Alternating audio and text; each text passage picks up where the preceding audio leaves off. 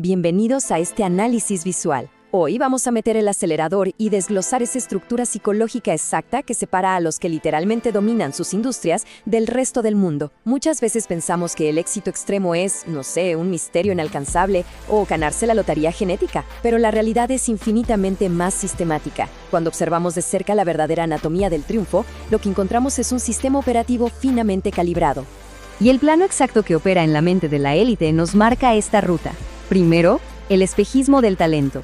Luego pasaremos a la arquitectura del fracaso, el monopolio de la atención, la paradoja de la confianza, el costo del éxito, para terminar con el último despertar. Empecemos con el punto 1, el espejismo del talento, más allá de la suerte y la genética. A ver, hay una variable universal absolutamente inquebrantable en este planeta. 7.000 millones de personas compartimos exactamente las mismas 24 horas al día. El tiempo es nuestro único recurso verdaderamente democrático, ¿verdad? No discrimina a nadie. Sin embargo, cuando miramos los resultados, el abismo es una locura. Una fracción diminuta, apenas el 1%, concentra la inmensa mayoría del impacto global, la innovación y la riqueza. Claro, es súper tentador y hasta reconfortante pensar que los que están en la cima nacieron con un don mágico o muchísima suerte. Pero el talento natural es solo el boleto de entrada a la arena. Es como tener unos tenis increíbles para correr. O sea, sí, ayudan un montón, pero definitivamente no van a correr el maratón por arte de magia.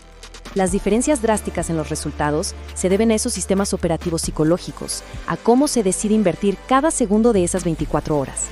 Para entender esa enorme diferencia, tenemos que mirar cómo se procesa el rechazo. Punto número 2. La arquitectura del fracaso. Procesando el rechazo y la derrota.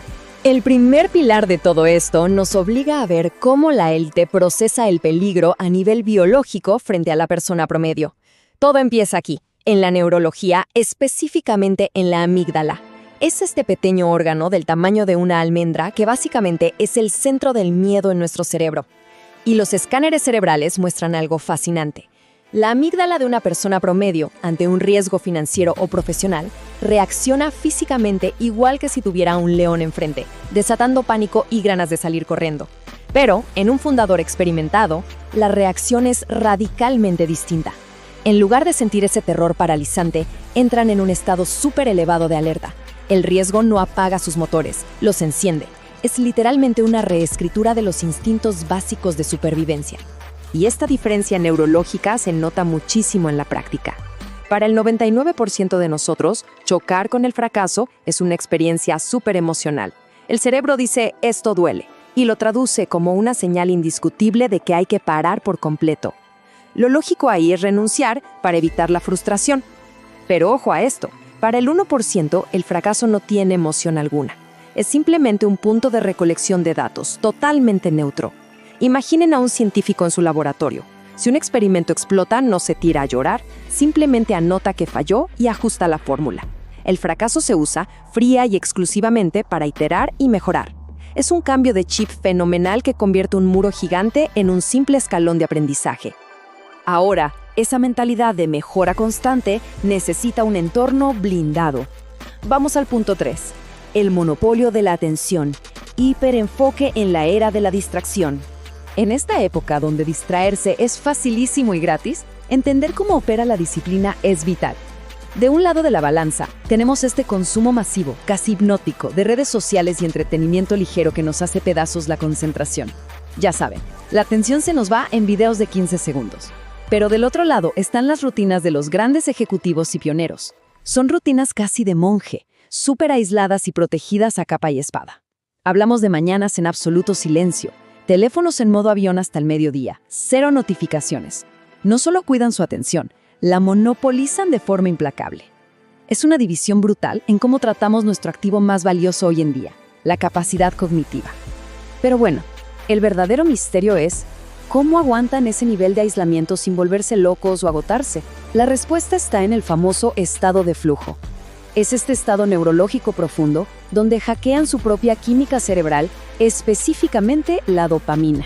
Mientras el cerebro promedio busca el estímulo rápido como una notificación o un video chistoso, la élite altera sus circuitos para volverse genuinamente adicta a resolver problemas dificilísimos. No están gastando fuerza de voluntad para no distraerse.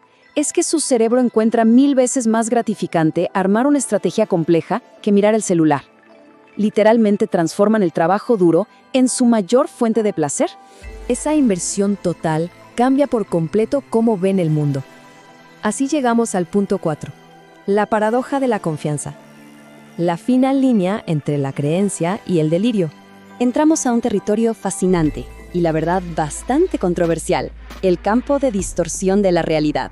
Básicamente es esa habilidad rarísima de hacer que otras personas crean ciegamente en lo imposible. ¿Y cómo lo logran? Negándose por completo a aceptar los límites tradicionales que el resto damos por sentados. Los gigantes de la industria usan este campo para que sus equipos logren cosas que en papel suenan a locura, simplemente porque se rehúsan categóricamente a aceptar un no por respuesta. A veces, seamos honestos, esta convicción raya peligrosamente en el delirio, pero es exactamente esa audacia irracional la fuerza que termina rompiendo y redefiniendo cómo funciona el mundo. Pero claro, toda acción tiene una reacción. Punto número 5. El costo del éxito, el lado oscuro de la cima. Aquí tenemos que hacer una pausa. Es hora de alejarnos un poco de las luces, de las portadas de revistas financieras y todo ese glamour para ver la cruda realidad de lo que realmente cuesta mantener este estado mental. Cuando quitamos el filtro del éxito, el panorama es bastante denso. Encontramos un aislamiento extremo, una soledad profundísima que solo se vive allá arriba. Y también está esa terrible maldición de la insatisfacción. La euforia de lograr una meta gigante que tomó años construir a veces se esfuma en un par de horas. Y en ese inmenso vacío entra de golpe una ansiedad paralizante y una obsesión por alcanzar el siguiente hito. El costo humano es brutal. Familias fracturadas, relaciones que se marchitan y batallas de salud mental súper severas que nadie ve. Hay un testimonio anónimo de alguien de la élite que de verdad nos golpea con esta dualidad. Todos quieren mi cuenta bancaria, nadie quiere mi insomnio, ni los ataques de pánico que tuve a los 30, ni el hecho de que no estuve en los primeros 3 cumpleaños de mi hija. Es una radiografía durísima. Resume a la perfección ese sacrificio personal tremendo, ese cimiento invisible sobre el que se construyen las grandes fortunas y los éxitos rotundos. Con esta perspectiva, llegamos a nuestra última parada. Punto 6. El último despertar. La elección y el reloj. Esto nos aterriza de vuelta en la realidad de todos los días y nos obliga a reflexionar.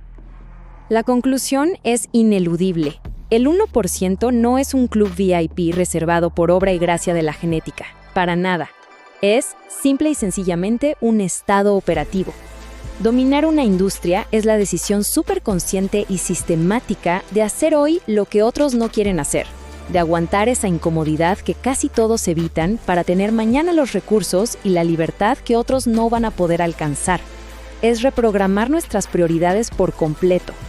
Y ojo, no estamos hablando de actos sobrehumanos de película. El éxito extremo se construye con microdecisiones superordinarias, a veces hasta aburridas, que se toman mientras el reloj sigue avanzando implacablemente. Hablamos de apagar la televisión cuando hay fatiga, y lo más fácil sería dejarnos anestesiar por el ruido. Hablamos de abrir un libro complejo en lugar de hacer scroll infinito en una pantalla. De levantarse temprano a diario cuando toda la ciudad sigue durmiendo, y de enfrentar de forma constante ese miedo que frena el crecimiento. La verdadera genialidad está en ejecutar estas pequeñas rutinas, silenciosas y diarias, sin falta. Todo esto nos demuestra que la anatomía del éxito se puede descifrar, diseccionar y replicar. El talento innato es solo la chispa. El verdadero fuego se logra reconfigurando cómo respondemos al rechazo, protegiendo nuestra atención con uñas y dientes y empujando los límites de lo posible. Pero al mismo tiempo implica cargar sobre los hombros con ese inmenso y solitario costo personal que la cima cobra. Sabiendo todo esto, la gran pregunta que queda suspendida en el aire no es si existe la capacidad intelectual, ni si nos alcanza el tiempo en el día. La verdadera y determinante pregunta es, ¿se está dispuesto a pagar el precio?